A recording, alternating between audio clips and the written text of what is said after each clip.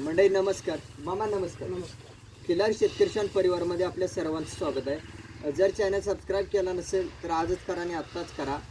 कारण का या खिलार दुनियेमधल्या वास्तव गोष्टी या खिलार शेतकरी परिवाराला सर्वेमध्ये असताना किंवा अभ्यासात असताना किंवा प्रवासात असताना ज्या गोष्टी मला अनुभवायला भेटतात तर त्या शेतकऱ्यांच्या गोष्टी मी तुमच्या पुढं मांडायचा प्रयत्न करतो. तर त्या मांडायच्या आधी मी बराच बारीक अभ्यास केलेला असतो, व्हिडिओचा, फोटोचा आणि वास्तवचा. मात्र आज फिरत असताना सहज या ज्या गावी आलो आहे तर त्या गावी एका शेतकऱ्याचा बैल बघायला मिळाला आपल्याला आणि त्या शेतकऱ्याची माहिती, त्या बैलाची माहिती 1-2 मिनिटात तुम्हाला मी व्यक्त होतोय. मामा तुमचा परिचय सांगा, पूर्ण नाव सांगा पूर्ण. माझे नाव पैलवान राजेंद्र गजेंद्र देशमुख, ईश्वर वाटा, पंढरपूर तालुका, जिल्हा Solapur. Mobile number? Mobile number 72 19 09 75 96.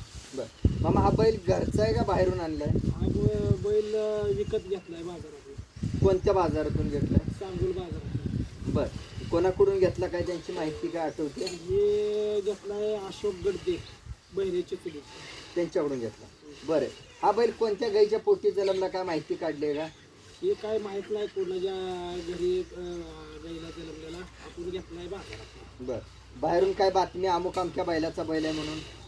आता ते बाहेरून एक जणाकडं तावशीत घेतलेला होता. हां, नवले पाटलाच्या घरी जन्मलेला खोंड होता.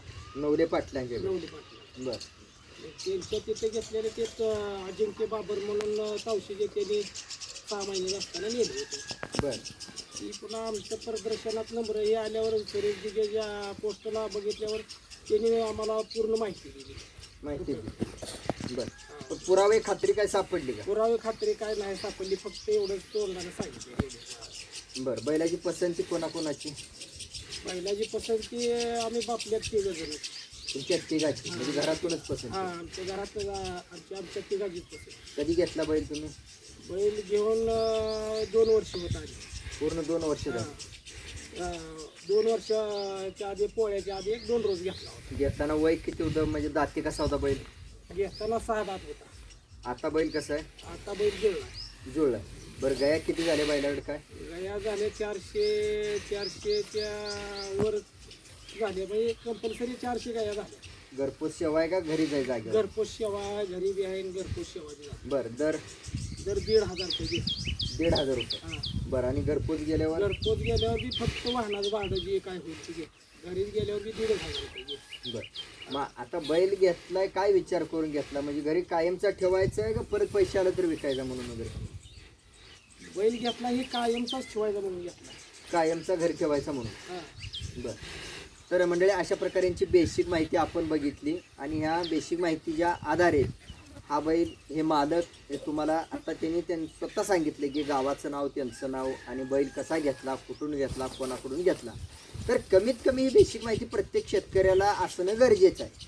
आणि खिलार शेतकरी परिवारमधून ज्या काही गोष्टी मी दाखवतो तर मी स्वतः एक चॅनलचा मालक म्हणून सांगतोय की वास्तवता आणि जाहिरात यातला फरक हा प्रत्येकाला समजून घेता आला पाहिजे आणि जाणवला पाहिजे.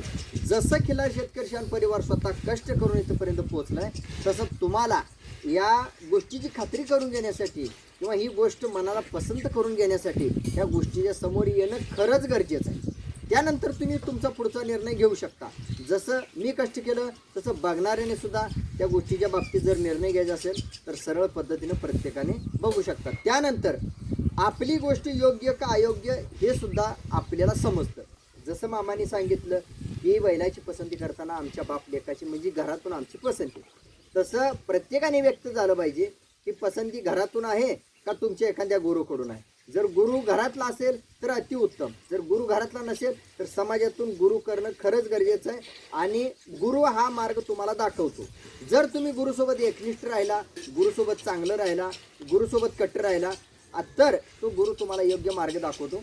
जर गुरुला ओलांडून जर तुम्ही काम केलं तर आज तुमचा मार्ग चुकल्याशिवाय राहणार नाही. त्या मामांच्या समोर किंवा ह्या बसवराजाच्या साक्षात सांगतोय की जातीवंतपणे जर टिकायचं असेल तर तुम्हाला जातीवंतपणे बारकाईने प्रत्येक गोष्टीचा वास्तव अभ्यास करणं गरजेचं आहे. मामा धन्यवाद, तुम्ही वेळ दिला, तुमची माहिती सांगितली, पत्ता सांगितला त्याबद्दल. आपण जवळजवळ 7 वेळा बैल चॅम्पियन झाला.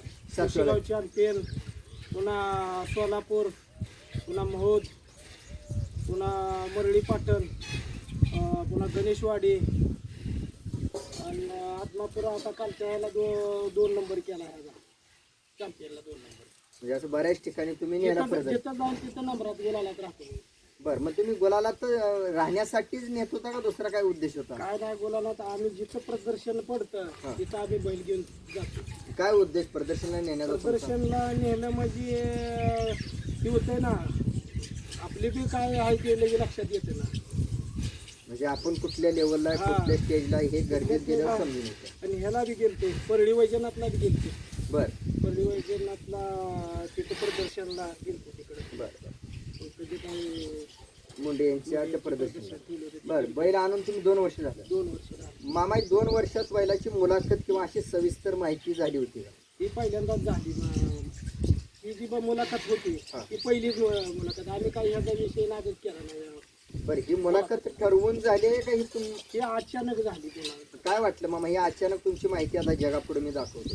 ही एक नंबरच वाटली. हे कधीच आपला विषय नाही, अचानक आल्यामुळं बैलाची ही होते ना तुमच्या चॅनल मार्फत. म्हणजे बैल कुठं आहे हे सगळ्यांना ही बैल माहीतच नसल्यामुळं लोकांना प्रत्येक ह्याला आता बाकीच्यांना तुमच्या भागात ही माहीत होती ना चौकड तुमच्या. मामा, या माहितीनं या व्हिडिओनं किंवा माझं जे बोलणं भाषण आहे त्यानं खरंच तुमचं आणि बैलाचं भलं होईल असं वाटतंय का? बरं होईल वाटतं. ह्या तुमच्या बोलण्यावरनं तर लगे लक्षात येतं काय तर वेगळं होणार आहे. म्हणजे हे तुम्हाला बोलताना चर्चेतनं खात्री मिळाली? ह्या चर्चेतनं मला खात्री मिळाली की तुम्ही इथवर आला पोचला त्याच्यामुळं आमच्या बैलाचं आणि आमचं नाव कुठं तर होणार. बरं मामा, तुमच्या डोक्यात कधी आलं होतं का की बाबा मला इथं बोलवायचं, मुलाखत द्यायची किंवा जगाला बातमी सांगायची? नाही, डोक्यात कधी विषय नाही. माझी ओळख तर आहे का नाही? ओळख आहे तुमची. ओळख बघ काय म्हणून ओळख होती? खिलार क्षेत्रातला महामेरू म्हणून असं समजते तिला. बरं, माहिती जास्त आहे. तुम्ही बघताय का चॅनल माझा? तुमच्या चॅनलवर असं ह्याला इंस्टाग्रामला आल्यावर कशावर बघतोय आम्ही जे दिसते तुमची मुलं. मामा, शिक्षण तुमचं? माझं 10वी झालं. 10वी झाले तरी या युट्यूबवर इंस्टाचं सगळं समजते म्हणायचं. मामा, तुमचा आभार आहे. त्या खिलार क्षेत्रातला महामेरू ह्या शब्दातनं तुम्ही ऐकून असू द्या किंवा तुम्ही स्वतः अभ्यास करून असू द्या व्यक्त झाला, त्याबद्दल तुमचा हा परिवार मनापासून आभार आहे. तुम्ही बी आमच्या इथं येऊन आम्हाला भेट दिली त्याच्यामुळे तुम्ही तुमचा आभारी आहे. धन्यवाद. असं प्रत्येकाने व्यक्त व्हा आणि व्यक्त झाल्याशिवाय प्रत्येकाची ओळख होत नाही. धन्यवाद. धन्यवाद.